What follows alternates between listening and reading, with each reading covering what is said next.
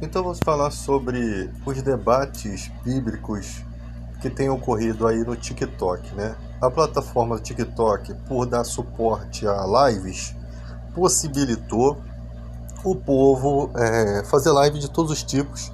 E as lives que fazem mais sucesso, né, são as lives de cunho religioso, né? Então você tem debates de todos os tipos. No mundo nós temos diversas crenças, né? E ninguém tem o direito de criticar a crença do outro, porque as pessoas só podem acreditar naquilo que elas têm como entendimento de fé, né? O bom é que nessa era nós aprendemos a respeitar as diversidades, né? Coisa que ficou muito tempo enterrado.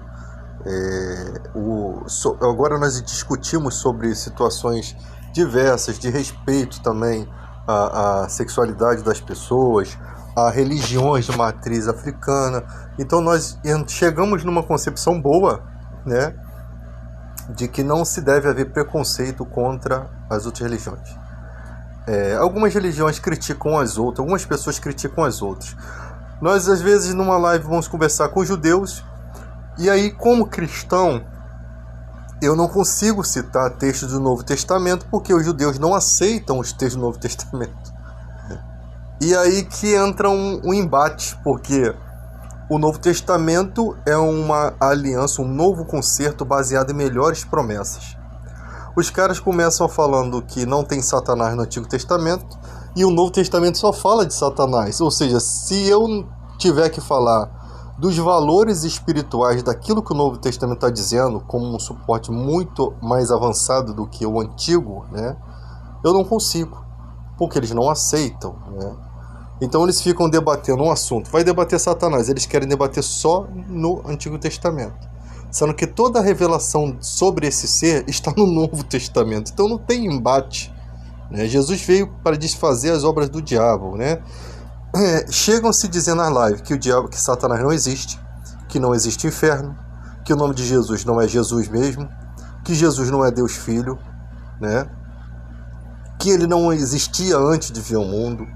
E chega-se um monte de questões, de questionamentos, que a própria igreja já não tem esses questionamentos.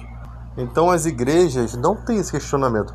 Quem é guiado pelo Espírito Santo consegue aceitar esses ensinamentos. Quem não é ainda não vai conseguir entender.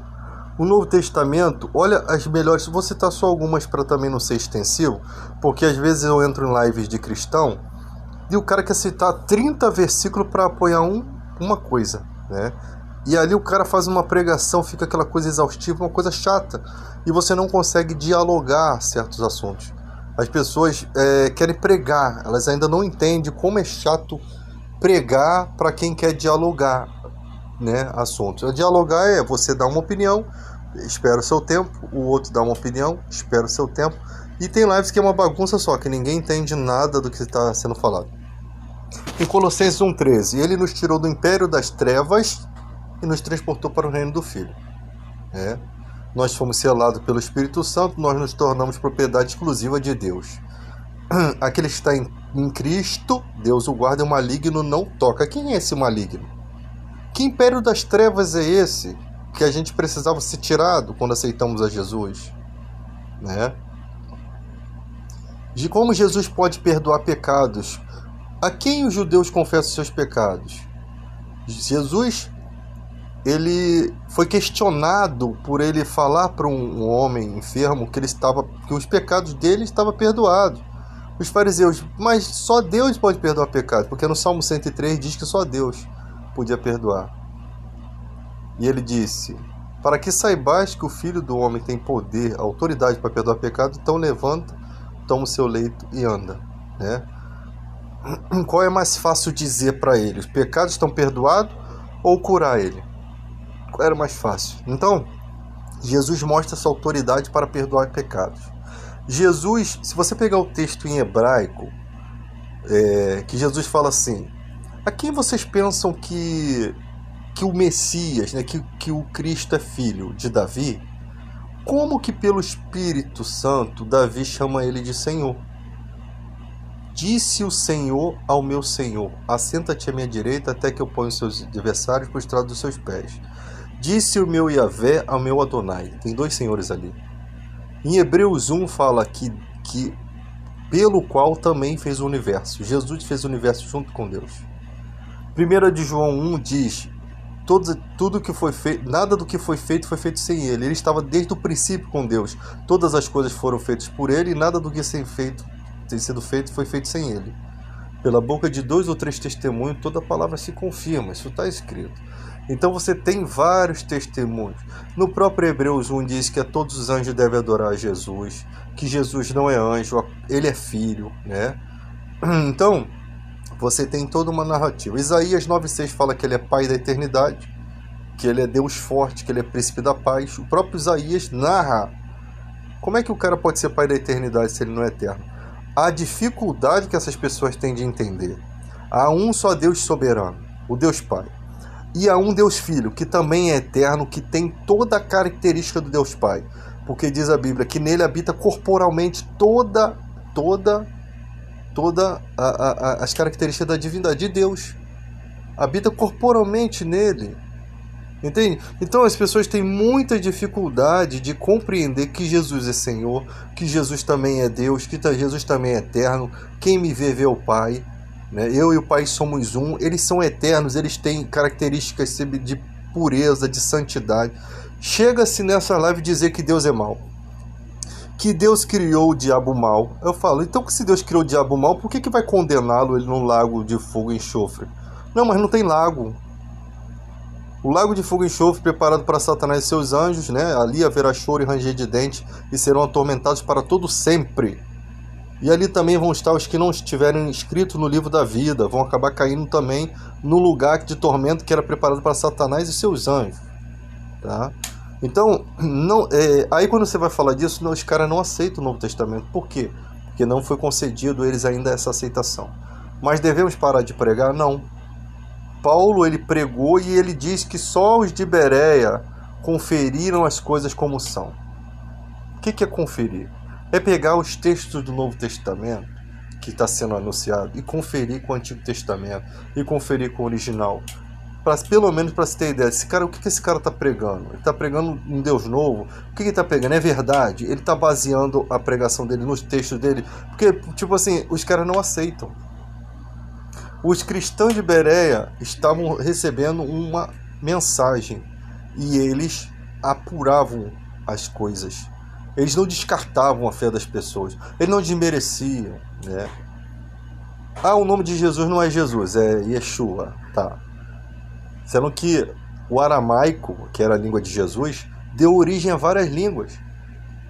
O teu nome hoje, ele veio do grego, do latim. Você não perde a propriedade porque você tem um nome adaptado para a sua nação. Não se perde a propriedade. Para o índio, Jesus, em algumas tribos, é chamado de Jaguar. Então o índio lá aprende o evangelho, ele vai expulsar demônio em nome de Jaguar, vai funcionar? Sim. Por quê? Porque o nome Jaguar, quem é o nome Jaguar para ele? É do Filho de Deus, é do Deus eterno. Então quando o índio começar a pregar, ele vai pregar igual a gente, porque há uma só fé e um só Espírito. Ainda que ele chame Jesus de Jaguar, não tem problema, porque você está falando da mesma pessoa. Você está aceitando a mesma pessoa. Entende? Esse povo, quem confundiu a língua do mundo foi Deus. Então, tipo assim, quando ele fala Jaguar, Deus, no entendimento que deu a ele, sabe do que ele está falando. Que é o nome de Jesus que ele está aclamando. Sendo que na língua dele. Então é muito difícil, os caras ficam bitolados no texto. Não, mas tem que ser, o nome é mais importante. O nome de Jesus é o nome que nos foi dado.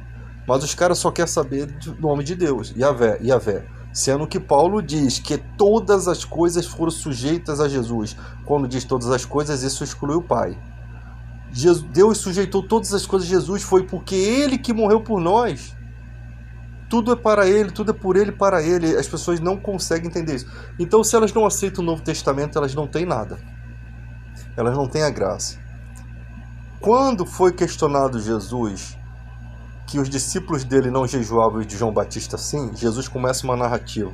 E vocês podem pegar qualquer texto original que vocês vão ver que a narrativa é: a antiga aliança, o antigo pacto, com o novo pacto. Jesus é mediador de uma melhor aliança, um melhor conceito baseado em melhores promessas. Tanto que quando ele clama lá na cruz para ser... Ele foi ouvido por Deus no livramento de cruz, ele foi ouvido. Mas ele teve que sujeitar porque no texto diz que ele tinha que ser sumo sacerdote. Ele foi escolhido para ser sumo sacerdote da ordem de Melquisedeque. Se ele não cumpre aquilo ali, não seria sumo sacerdote. Tá? Ele teve que consumar. Ele determinou consumar. E ali ele agora intercede por nós. Ele é um intercessor eterno, né? Porque ele não morre, ele ressuscitou. Então ele é diferente da aliança antiga, do pacto antigo. Então ele é o sumo sacerdote da ordem de Melquisedeque. Deus o constituiu sumo sacerdote. Então, é naquela narrativa que os discípulos de Jesus não jejuavam, de João Batista jejuavam, Jesus fala, não se põe vinho novo em odres velho. Não se põe pedaço de veste nova em veste velha. Quem gosta do vinho antigo, o vinho velho, não quer o novo, porque não deseja o novo, porque já está satisfeito com o antigo. Ou seja, essas pessoas estão satisfeitas com o conhecimento só do Antigo Testamento, sendo que o Novo Testamento é um novo vinho, né? O Novo Testamento é um novo pacto, baseado em melhores promessas. Você lembra da transformação da água para o vinho? O que foi dito naquele casamento? Aquilo é espiritual, que todo mundo pega o vinho ruim, né? Todo mundo pega o vinho bom e coloca no início do casamento, e quando a pessoa já está charopada lá, eles botam o ruim. Mas o de Jesus não, ele era bom do início ao fim. O vinho de Jesus era bom do início ao fim, né? Não tinha uma estratégia, né, de botar o vinho bom quando o pessoal estava chapado, vinha com vinho ruim. Não, ele coloca o vinho bom do início ao fim. O primeiro milagre, transformar água em vinho. Então, a antiga aliança, o antigo pacto, você não tem ideia do que a questão do Novo Testamento ela é tão importante. Porque em todo o Novo Testamento está falando da destronização de Satanás, do juízo dele, né? Dos problemas que ele causa na humanidade. Lucas 13:10, a mulher encurvada por um espírito de enfermidade. No versículo 16, Jesus diz, não convinha soltar dessa prisão essa filha de Abraão, a qual Satanás há 18 anos mantinha presa. Por que Jesus está revelando isso? Porque ele está nos livrando das opressões espirituais que existem, né, nas hostes da maldade, que no Antigo Testamento não tinha como ser revelado, porque não havia um nome, né? Então, não havia, se Jesus identificasse, se Deus relatasse isso no Antigo Testamento, ia ser muita confusão, porque eles não sabiam do que se tratava. Quando eles viram o endemoniado gadareno liberto, eles ficaram apavorados, admirados daquelas questões. Eles sabiam que era um espírito que possuía aquele homem, que nem cadeias de bronze poderia prender ele. Então Jesus vem todo desfazendo as obras do diabo. É uma nova aliança com promessas espirituais grandes que não tem nada a ver com o Antigo Testamento. Tanto que João Batista ele questionou se Jesus era o Messias mesmo. Você é o Messias ou temos que esperar o outro? Jesus fala para ele que os cegos enxergam, os surdos ouvem. E bem-aventurado aquele que não vê em mim motivo de escândalo. Então, tipo assim, Jesus está mostrando que ele estava fazendo o cumprimento das profecias, só que de uma forma que nunca foi entendida. Quando Jesus estava expulsando demônios, começaram a dizer, eles não tinham como argumentar e começavam a dizer, você está expulsando demônio por Beelzebu, maioral dos demônios. Jesus falou assim, se eu expulso demônio pelo dedo de Deus, vos é chegado o reino de Deus. Então o reino de Deus chegou, destronização de Satanás, poder no nome de Jesus. E aí Jesus fala, quando o valente guarda armado seus despojos, ele em segurança está tudo quanto tem, sobrevindo o mais valente, vence-lhe e tira os despojos, as armaduras que confiava, né? Aí ele começa a falar de questão espiritual. Quando o espírito imundo sai do homem, anda por lugares áridos, não encontrando repouso, diz, tornarei para minha casa de onde sair, voltando acha varrida, vazia e ornamentada. Então traz 7 espíritos piores que ele, e o último estado deste homem é pior do que o primeiro. Aí você tem manifestação de demônio em uma criança, que o demônio jogava na água e no fogo, que ali os discípulos não conseguem expulsar, né? E ali Jesus explica sobre jejum e oração, ele está dando um entendimento espiritual. Você tem a questão dos 72 discípulos de Jesus que voltaram alegres porque Jesus deu autoridade para expulsarem demônios e curar os enfermos. Eles voltaram alegres, caramba, os demônios se submetem, ou seja, eles tinham noção de que existiam demônios e o nome de Jesus era autoridade contra eles. E aí Jesus falou, não se alegre, porque alegre-se não por isso, mas porque o nome de vocês está escrito no reino dos céus. Eu vi Satanás cair do céu como relâmpago. Ele fala isso dentro desse contexto de expulsão de demônio. Então, as pessoas falam assim, você fala muito de demônio, parece que está atraindo. Não, o Novo Testamento é totalmente espiritual. É totalmente. Paulo, enquanto uma jovem adivinhadora, que tinha um espírito nela que adivinhava. Paulo expulsa, a mulher para de adivinhar, ele leva uma coça, porque homens ganhavam dinheiro com aquelas adivinhações, né? Porque ela era uma profetisa de uma deusa lá, não sei se é Diana, uma deusa de um templo, né? Ela era uma sacerdotisa do templo, e ali aqueles homens que lucravam com aquele suposto dom, que na verdade era do mal, perderam sua esperança de lucro. Então o Novo Testamento é totalmente mostrando destronização de Satanás, coisas que você não vai aprender no Antigo Testamento. Então você vai discutir com esses caras, eles não estão no vinho novo, eles estão no vinho velho. Eles não aceitam o vinho novo, mas a gente prega por quê? Porque a fé vem pelo ouvir a pregação da palavra.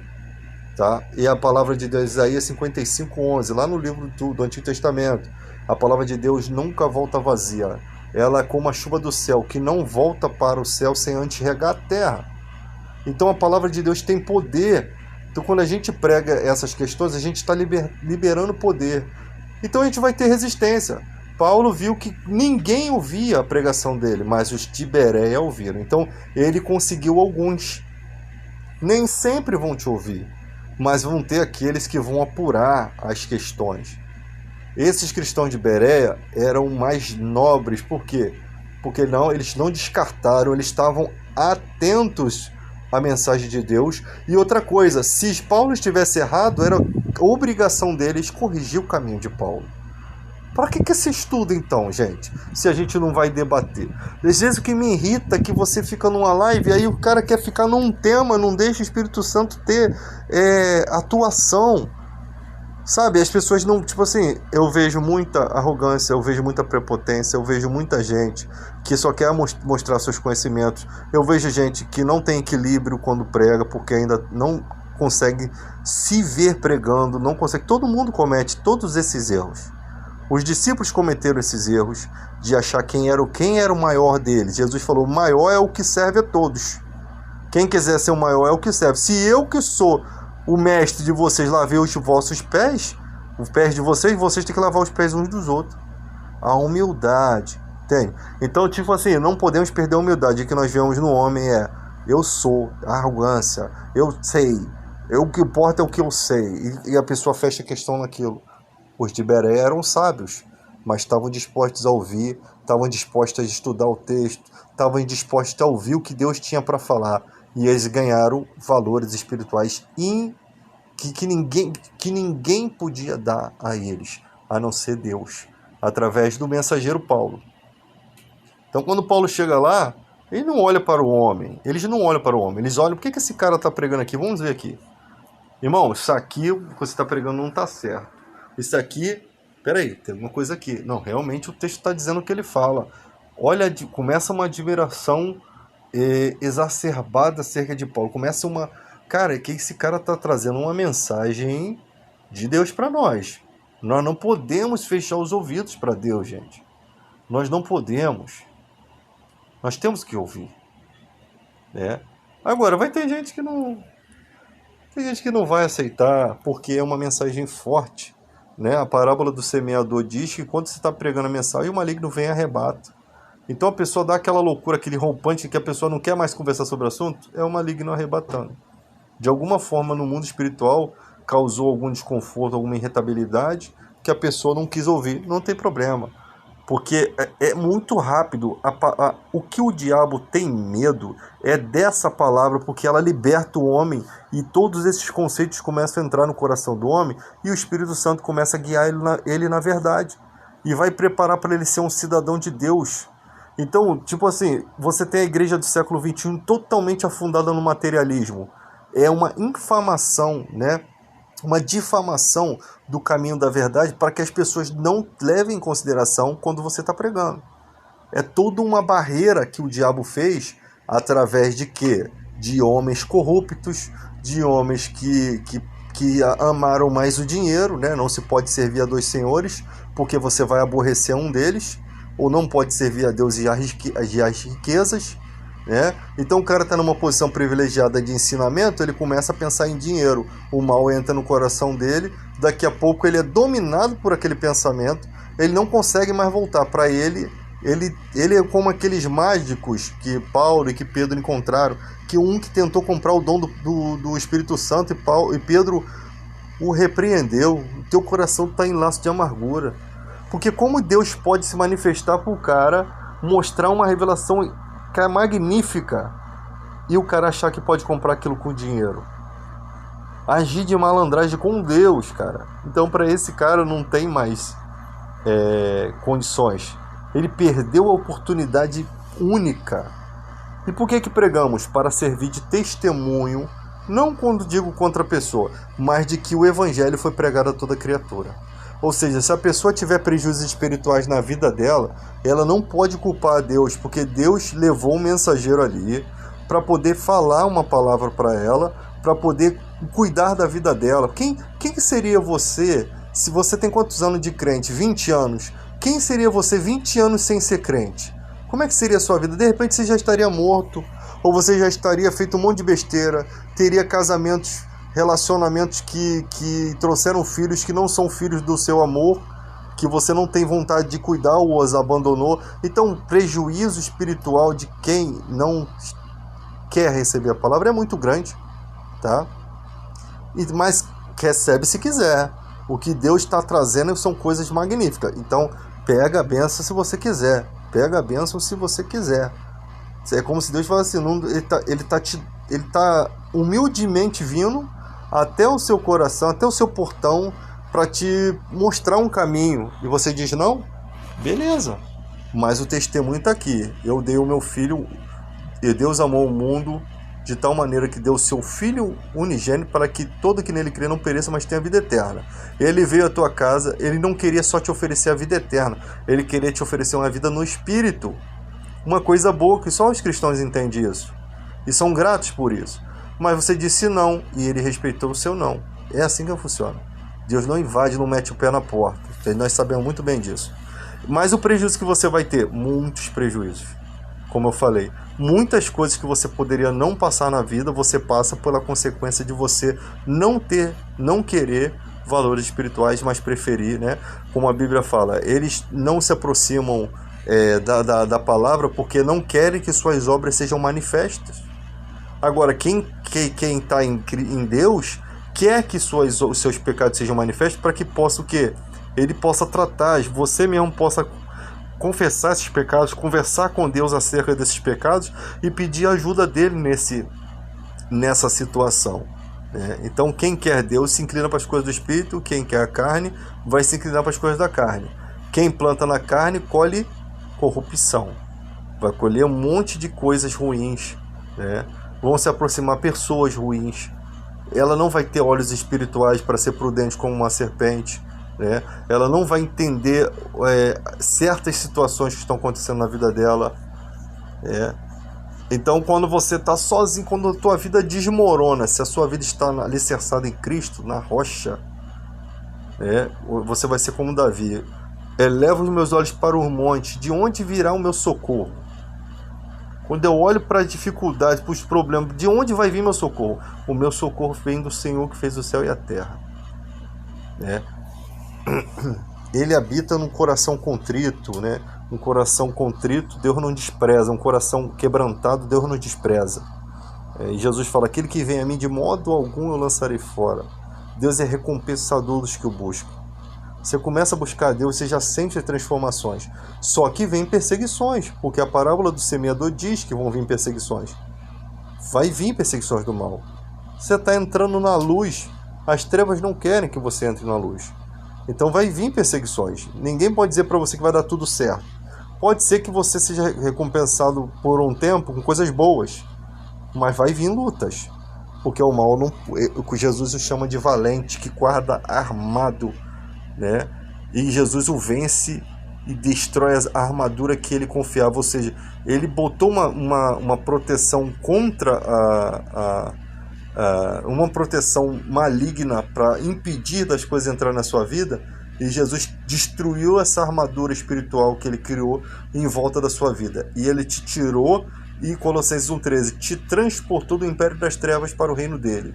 Você se tornou uma propriedade exclusiva de Deus, selado pelo Espírito Santo. Aqueles que estão em Cristo, Deus o guarda e o maligno não toca. Se você andar na luz, o maligno não toca em você, não tem como. Entende? Então, é lógico que você na vida vai passar por circunstâncias, vai passar por problemas, mas a Bíblia fala que as tribulações não são para destruir, elas são uma escola de fé, elas são para elevar a sua fé. Quantas tribulações os discípulos passaram para que a fé deles fosse exercitada? Quantas lutas Paulo passou para chegar a um nível espiritual? Entende? Então, dependendo do ministério que Deus tem na sua vida, você vai passar por coisas. Alguns não passam por tanto, alguns passam por mais do que os outros.